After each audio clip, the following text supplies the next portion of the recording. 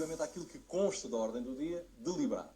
E, no que diz respeito à deliberação, foram aprovados quer o orçamento, quer o relatório e contas, com percentagens diferentes. Todavia, posso dizer-vos que o relatório e contas foi aprovado com 82,99% dos votos, enquanto que o orçamento foi aprovado com 56,32% dos votos. E, portanto, sendo assim, esta Assembleia deliberou sobre aquilo que tinha de deliberar. E, nesse sentido, iniciou-se, teve a sua fase de debate, teve a sua fase de votação, de escrutínio e encerrou. E, portanto, missão cumprida. Não foi fácil, repara, mas eu creio que compete aos sportinguistas, nomeadamente aos sportinguistas que têm responsabilidades, por um lado, não esconder que o clube ainda atravessa momentos de tensão, há feridas ainda muito abertas, há, obviamente, um caminho que tem de ser empreendido para restaurarmos a união, para restaurarmos a confiança, para restaurarmos a unidade, para convivermos uns com os outros de uma maneira absolutamente serena e pacífica. Isso é verdade, mas aquilo que aconteceu na Assembleia não impediu, contudo, que a Assembleia tivesse decorrido, em alguns momentos com um pouco mais de ênfase relativamente aos protestos, a manifestações de reprovação ou de aprovação, mas o que para mim é fundamental é que num ambiente em que estamos a sair de um momento muito difícil, em que obviamente a união que se pretende construir é laboriosa, é trabalhosa, é morosa, e temos todos de tentar contribuir para ela. E uma das coisas com que devemos contribuir para essa união é não estarmos sistematicamente a expor publicamente aquilo que nos divide. Isto é perfeitamente possível o exercício dos direitos, a divergência de pontos de vista, o antagonismo de opiniões, o voto a favor, o voto contra, tudo isso é normal e natural. Temos de, obviamente, conseguir cada vez mais fazer isto num clima de unidade, num clima de fraternidade, num clima de esclarecimento, que é algo que, todavia, eu creio que se irá adquirindo ao longo do tempo. E alguns sintomas de maior agitação aqui, de maior agitação ali, terão, obviamente, de ser dissipados à medida que a situação de base for ela própria serenando. Porque eu não tenho dúvidas. Repare, estiveram hoje na Assembleia Geral cerca de 500, no momento da votação, digamos assim, mais de 550 pessoas. O que é um universo, obviamente, representativo. Mas o Sporting tem milhões de adeptos e mais de 100 mil sócios. E eu creio que a esmagadora maioria desses milhões de adeptos e a esmagadora maioria desses 100 e tal mil sócios pretendem um clube unido, um clube que sare feridas e não esfregue feridas.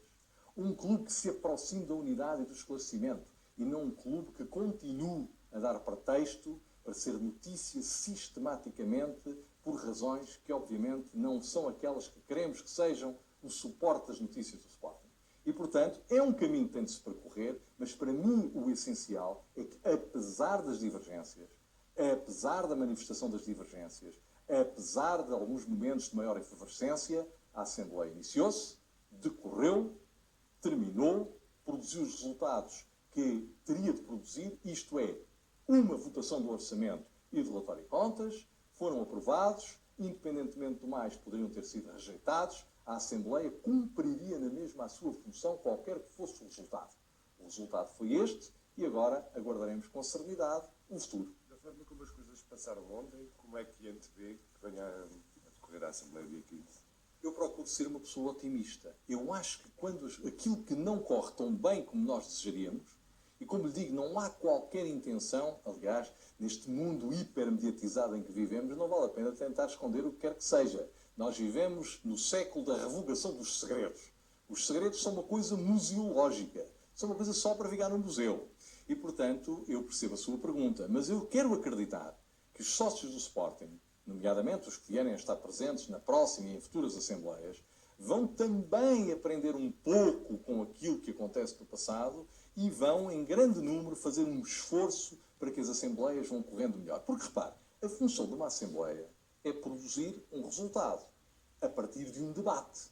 Reunimos-nos, debatemos e votamos. E tudo isso pode decorrer com serenidade. E também com o aperfeiçoamento daquilo que possa não estar ainda a funcionar da melhor maneira. E com um esclarecimento continuado que irá ser feito ao longo do tempo sobre os métodos, sobre as normas, sobre os procedimentos e compreendermos que, para que uma Assembleia, onde estão 500, 1000 ou 2000 pessoas, possa ter o seu ciclo normal, início, debate, votação, tem de haver naturalmente serenidade, tem de haver respeito pelo tempo, tem de haver respeito pelo tempo das intervenções que houve, respeito pelo tempo das outras pessoas que houve também aqui. E, portanto, o que eu acredito é que os sinais que possam ser considerados como menos positivos poderão ser a mola, o impulsionador para que as coisas mudem para melhor. É isso que eu desejo, é isso que eu espero e é isso, repito, que eu sei que a esmagadora maioria dos sportinguistas pretende. Mas acabou por ser, apesar de tudo, uma Assembleia, como falou, em que houve alguma divisão de opiniões. A presença do pai do Bruno de Carvalho, também da irmã, e o discurso deles que foi aplaudido por alguns sócios do Sporting, e a contestação também subiu ao atual presidente do Sporting, Frederico Varandas. Isto mostra que há esta divisão? Como é que interpreta estas presenças? Como lhe digo, em primeiro lugar, interpreto as presenças das pessoas no exercício da liberdade que têm como sócios. É um direito de exercício de estarem presentes e de usarem da palavra. E eu procuro sempre que toda a gente que pretende usar da palavra, use a palavra. E, na verdade, todas as pessoas que se inscreveram nesta Assembleia para usarem da palavra, usaram da palavra. Do princípio ao fim, em todos os pontos do debate. No ponto prévio, no chamado antes da ordem do dia, no debate do orçamento e no debate do relatório de contas. Portanto, permita-me que eu saliente o que é positivo. Toda a gente que se inscreveu falou, toda a gente exprimiu o seu ponto de vista. É evidente, pergunta. E então as divisões que existem? Naturalmente que ainda há divisões. A história recente do Sporting criou fraturas que são fraturas espessas, são fraturas fundas, são fraturas significativas, são fraturas que nos obrigam a olhar para elas para tentar fazer todos os possíveis para que este corpo que sofreu estas fraturas vá regressando à normalidade, em todas as suas dimensões. É natural que nas Assembleias Gerais se reflita por vezes essa conflitualidade. Não quer dizer que seja positivo ou que seja negativo, diria que é natural. Penso que com o decurso do tempo e com a implementação daquilo que procuramos ser e que eu desejaria fazer uma reforma estatutária que reformatasse com alguma profundidade o próprio funcionamento das Assembleias Gerais, o próprio fornecimento de elementos preparatórios e todo um conjunto de aspectos que eu gostaria de mobilizar o clube para analisar. E já afirmei, num texto publicado no Jornal do Sporting, que no início de 2019 começaremos a promover para um debate intenso entre os sportinguistas as linhas mestras daquilo que poderá ser uma revisão estatutária. E eu penso que com esta dinâmica do clube, e sabendo, aliás, todo o país sabe, das divisões que o clube sentiu e sofreu, nós teremos de encontrar um caminho de pacificação e de reunião. É isso que eu desejo profundamente. Falar em revisão estatutária, houve uma durante o mandato de Godinho Lopes, houve outra durante o mandato de Bruno Carvalho, e a sua intenção de fazer uma outra durante o mandato de Frederico Varandas. Estes últimos 3 mandatos, sim, é tudo com revisão estatutária. Sim. Isso não é revisões estatutárias a mais, não é mexer demais nos estatutos. E já agora queria perguntar também, o senhor é contra o regulamento disciplinar que foi criado no tempo de Bruno Carvalho. Pensa em mexer nisso também? Não. Para, duas coisas. Eu, para mim, se as reformas estatutárias forem cirúrgicas e bem feitas, são de má saúde, não quero mais. E, portanto, as reformas não são boas nem são más por serem muitas ou por serem poucas.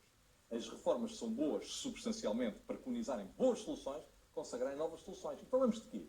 Falamos de alargar o voto, descentralizar o voto, tornar o voto eletrónico uma regra, descentralizar os locais onde se pode votar, preconizar soluções de divulgação de informação fora dos apertados limites que atualmente o Estatuto tem, dos chamados 8 dias para consultar na sede, para colocarmos as coisas numa zona reservada do site, para que os sócios do Sporting elas possam aceder, as possam analisar, as possam estudar, não estarmos presos no século XXI a uns estatutos, enfim, de que nos anos 60 não ficariam mal nos anos 70, e uns estatutos adaptados a a grandeza e a dimensão do Sporting. Portanto, não é fazer revisões estatutárias por fazer revisões estatutárias, é fazer revisões estatutárias para que os estatutos viabilizem o funcionamento mais dinâmico, mais participado, mais moderno do clube. Quanto ao regulamento disciplinar, há algumas normas com as quais eu não concordo, mas a minha prioridade e da mesa a que presido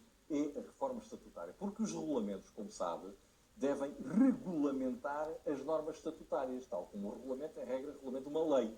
E, portanto, nós temos de corrigir aquilo que dos estatutos é anacrónico, é obsoleto, totalmente obsoleto, e depois arranjar os regulamentos adequados à nova reformatação estatutária. Mas isso será a novidade para o ano 2019. Está bom? Obrigado. Agradeço a vossa presença. Muito boa noite para todos. Muito obrigado.